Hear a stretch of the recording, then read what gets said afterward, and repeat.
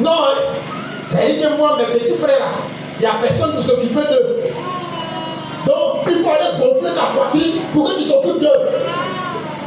Bientôt, tu vas mourir. Et puis, celui qui a s'occupé d'eux là, on le voit.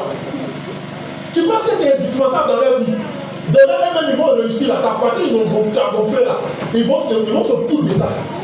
Et puis, c'est leur femme.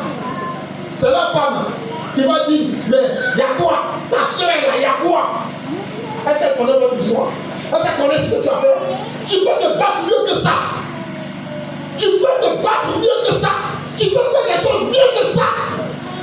On a connu des soeurs, des femmes, des jeunes filles qui ont commencé à vendre tra-tra mieux que vendre ton corps. Maman dit Amen. Amen. Tu ne veux pas te poser au prendre de ça. J'ai dit que très mieux que vendre ton corps. Très mieux que porter sexy. Très mieux que porter, comment on appelle ça? Calon 1m75. Pour aller te promener dans Abidjan continu. Alléluia. Amen. Travailler.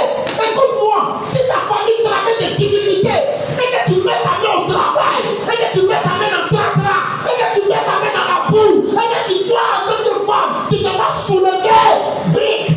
Dieu va bénir cette brique-là. Amen. Dieu va bénir cette brique.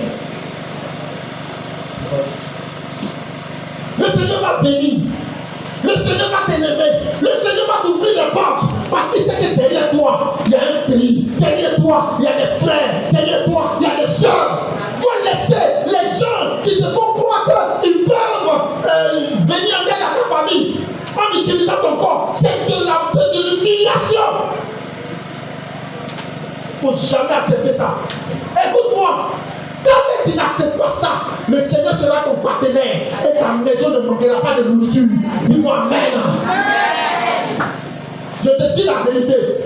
Si c'est ça que tu refuses, c'est ça que tu dis non.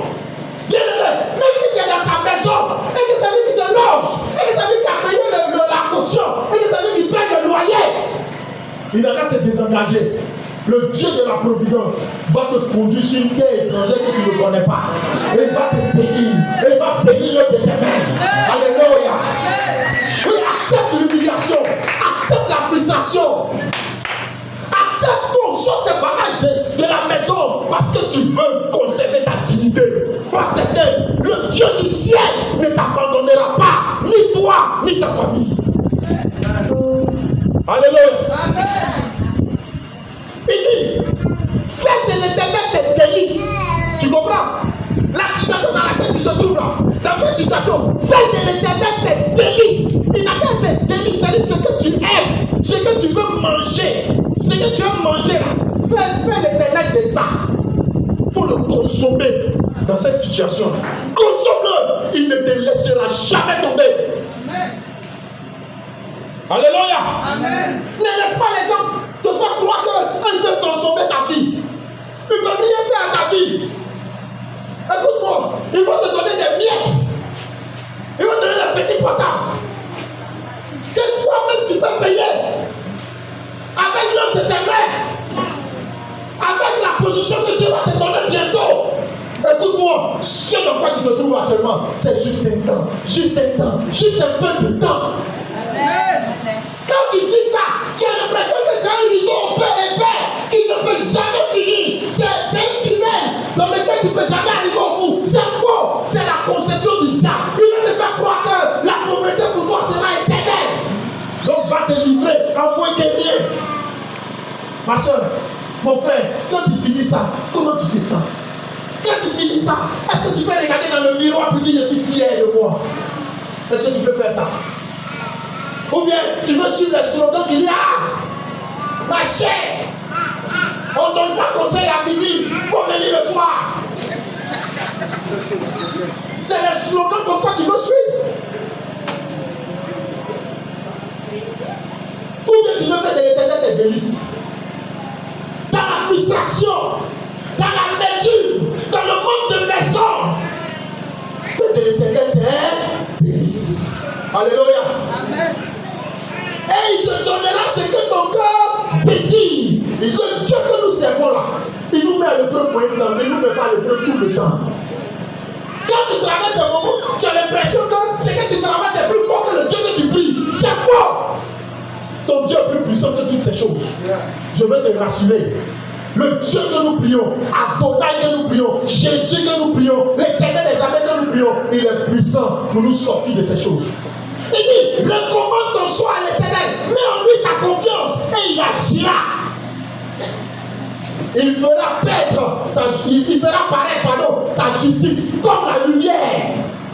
Oui, femme de valeur. Il fera paraître ta justice comme la lumière. Comme la lumière. Tu es cette femme digne, dans la galère, dans la misère, dans la pauvreté. Écoute-moi, quelle femme prend cette décision? C'est qu'elle est la mère d'une multitude de nations. Alléluia. Oh, est-ce que tu m'as dit amen? Est-ce que tu m'as dit bien amen? Quel homme prend cette résolution de faire de l'Éternel ses délices? Quel appel Dieu au secours dans sa vie pour ne pas qu'il traîne dans le désordre? Il y a des gens qui pensent que c'est dans la boisson qu'il faut noyer ses soucis. C'est faux. Pendant que tu bois, ça te crée d'autres soucis.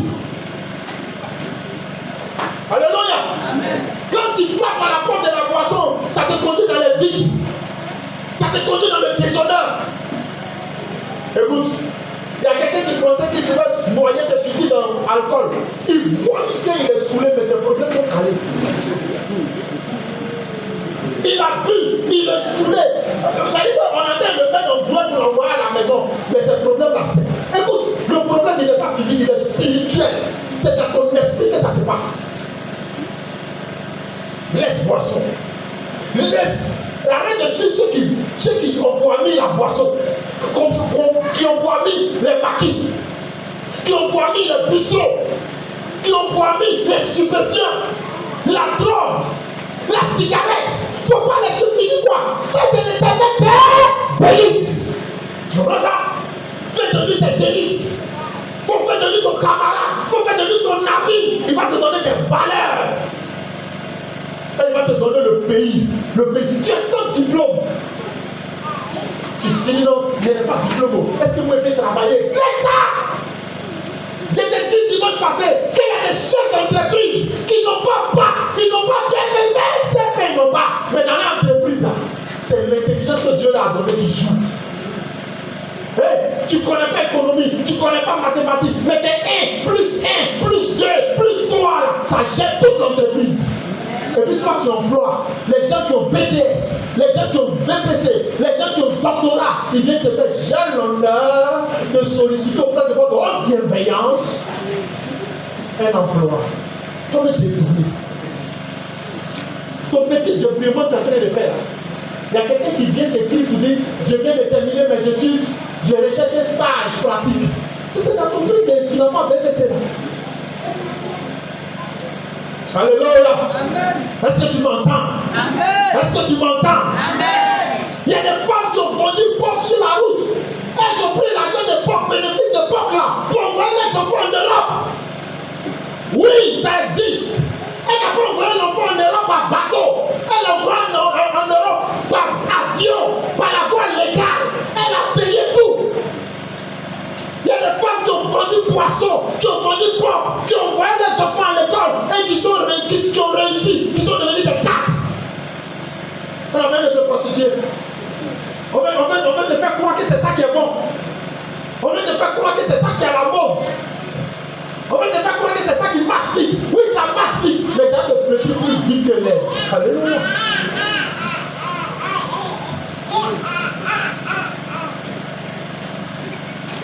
Recommande ton choix à l'Éternel, mets en lui ta confiance et il agira. Il fera paraître ta justice comme la lumière et ton droit comme le soleil à son midi. Alléluia. Il dit quoi? Garde le silence devant l'Éternel. Quand tu es froissé par les réalités de la vie, qu'est-ce que tu dois faire? Garde le silence devant qui? L'Éternel. Garde le silence.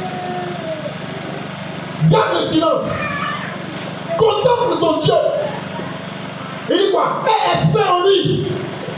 Ne réussi dans ses voies. Faut pas t'irriter, faut pas être jaloux. Faut pas être jaloux de lui. Ah, c'est là. On est ici ensemble. Et du coup, elle a fait magasin. Elle connaît. On connaît ça. Il y a un Sougradiadi derrière. C'est faux. C'est pas derrière tout ce que tu vois briller qu'il y a un Sougradiadi. Sougradiadi lui-même, il vient se prosterner devant elle pour avoir un petit jeton pour carburant. Ils sont plus à la mode. Alléluia. Bats-toi fièrement. Et dis, garde le silence devant l'Éternel. Elle ne t'irrite pas contre l'homme qui vient en bout de ses mauvais desseins. Il vient en bout de ses mauvais desseins. Il a de mauvais desseins en lui. Et puis ça réussit. Et puis ça prend. Il dit, mais Dieu, tu es où? Donc, attends. Lui, il fait sacrifice. Il y a comment pour lui prendre? C'est moi aussi, là, avec l'église, là, mon pasteur me blague, hein. Mon pasteur, de toute façon, sa bouche est sucrée. Quand il va te parler, là, tu as dit Jésus qu'il va venir tout de suite. Mais quand on sort d'ici, là, on ne mange pas, on n'a rien. Mais le gars qui est à côté, là, il a fait sacrifice humain, il a fait sacrifice de bœuf, il a fait sacrifice de temps en temps. Et il rentre dans les vrais coins. Et puis quand il ressort, là, c'est lui le babatier. Il est babatier, tu vois qu'il est heureux. La Bible dit, c'est la bénédiction de l'Éternel qui enrichit. Et il ne la fait sur d'aucun chagrin. Il dit, laisse la colère, abandonne la fureur, ne t'irrite pas, ce sera mal fait. Tu comprends? Ne t'irrite pas, c'est mal fait, tu fais mal. Au contraire, réjouis-toi.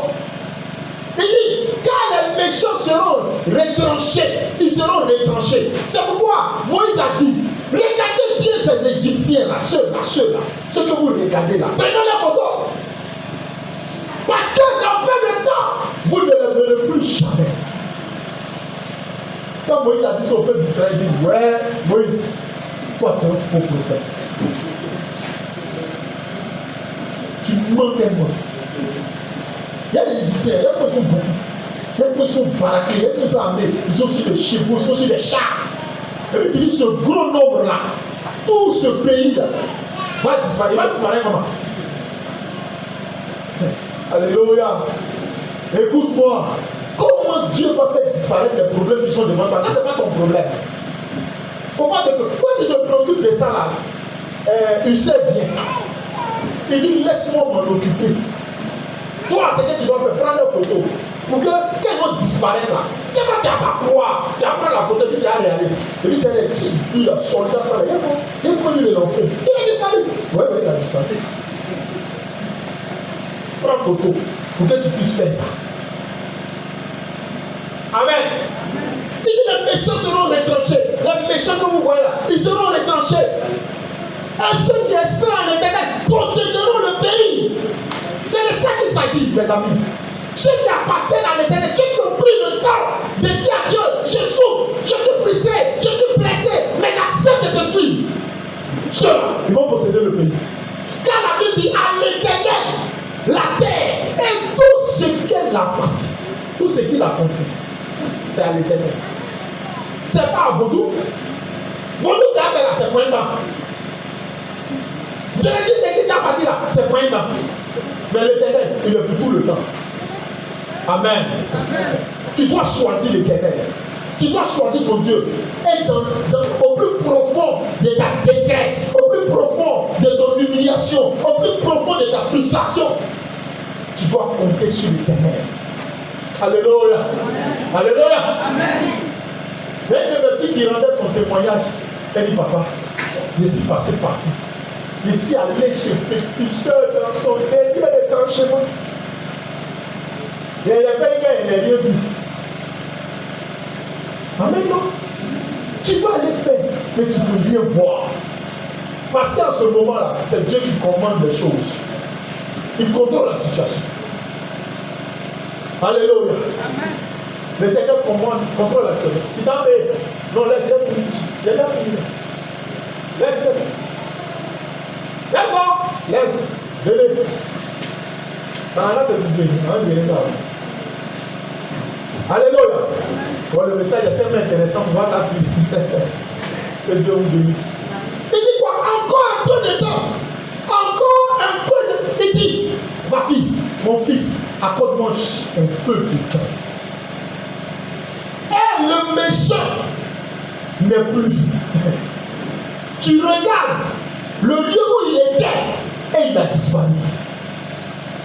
Les sorciers qui te poursuivent, qui tapent la poitrine, ils sont au village, ils commandent les opérations viennent ici. Il dit donne-moi un peu de temps. Alléluia. Est-ce que tu peux me donner ton amen? Amen. Il dit donne-moi un peu de temps. Je vais leur faire croire qu'il n'y a personne derrière toi. Et que je vais les écraser là, ils ne vont pas croire. Alléluia. Amen. Il dit quoi? Les misérables possèdent le pays et ils jouissent abondamment de la paix. Le méchant forme des projets contre le juste et il grince des dents contre lui. Il forme des projets contre le juste et il grince des dents. Alléluia. Tu vas te poser question, mais il a fait quoi? Et puis on m'en veut tant. Non, tu n'as rien fait. Tout ce que tu as fait là, c'est d'appartenir à Jésus et de chercher à réussir, c'est tout. Amen. Les méchants tirent le glaive. Ils bandent leur arc pour faire tomber le malheureux et l'indigent, pour égorger ceux dont la voie est droite. Tu vois ça? Parce que toi là, tu n'as pas sur la date là. Ça énerve les gens. Même les tantis qui sont assises. Est-ce que vous savez qu'il y a des tantis qui sont des proxénètes? C'est les tantis du quartier. Elles sont assises là-bas. Et puis c'est elles qui conduisent les opérations. Les enfants des gens, elles font placement. Comme toi, tu es une jeune fille qui veut t'extraire de l'eau, qui veut te mettre à part. Tu vas connaître leur colère. Toi, tu es dit. Tu es jolie comment? Ça veut dire que ton modèle là même là, est-ce que ça va même là, ça passe quelque part? Tout ça là, pour te laisser, pour que tu fasses comme les autres, pour que tu leur envoies le but. Et puis, ils s'irritent et ils égorgent ceux dont les voies sont droites. Tu es chrétien, tu ne fais pas comme eux, et puis tu es dans l'endroit là, ça les dérange. Comment ça les dérange là? On t'appelle pasteur, on t'appelle maman pasteur, on t'appelle Cécile, la Vierge Marie. Il faut accepter. C'est qu'il y a quelque part. Et puis on n'appelle pas la Vierge Marie, c'est que tu n'as pas d'influence.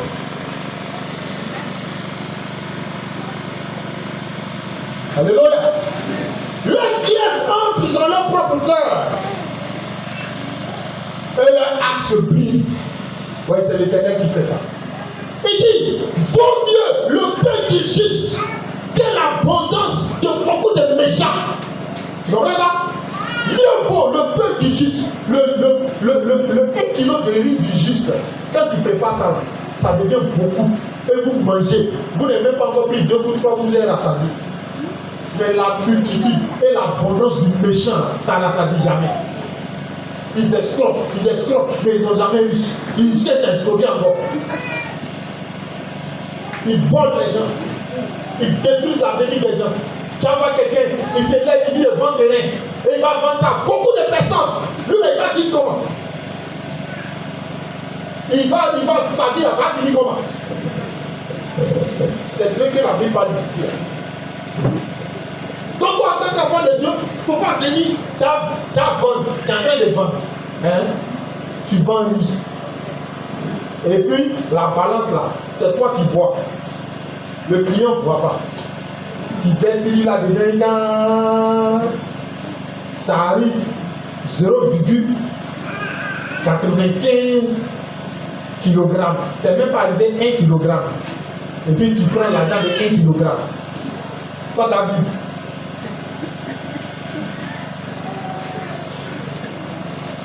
Alléluia.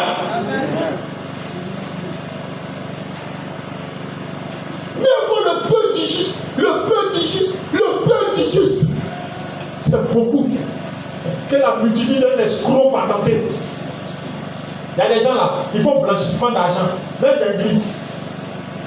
Je vais t'expliquer.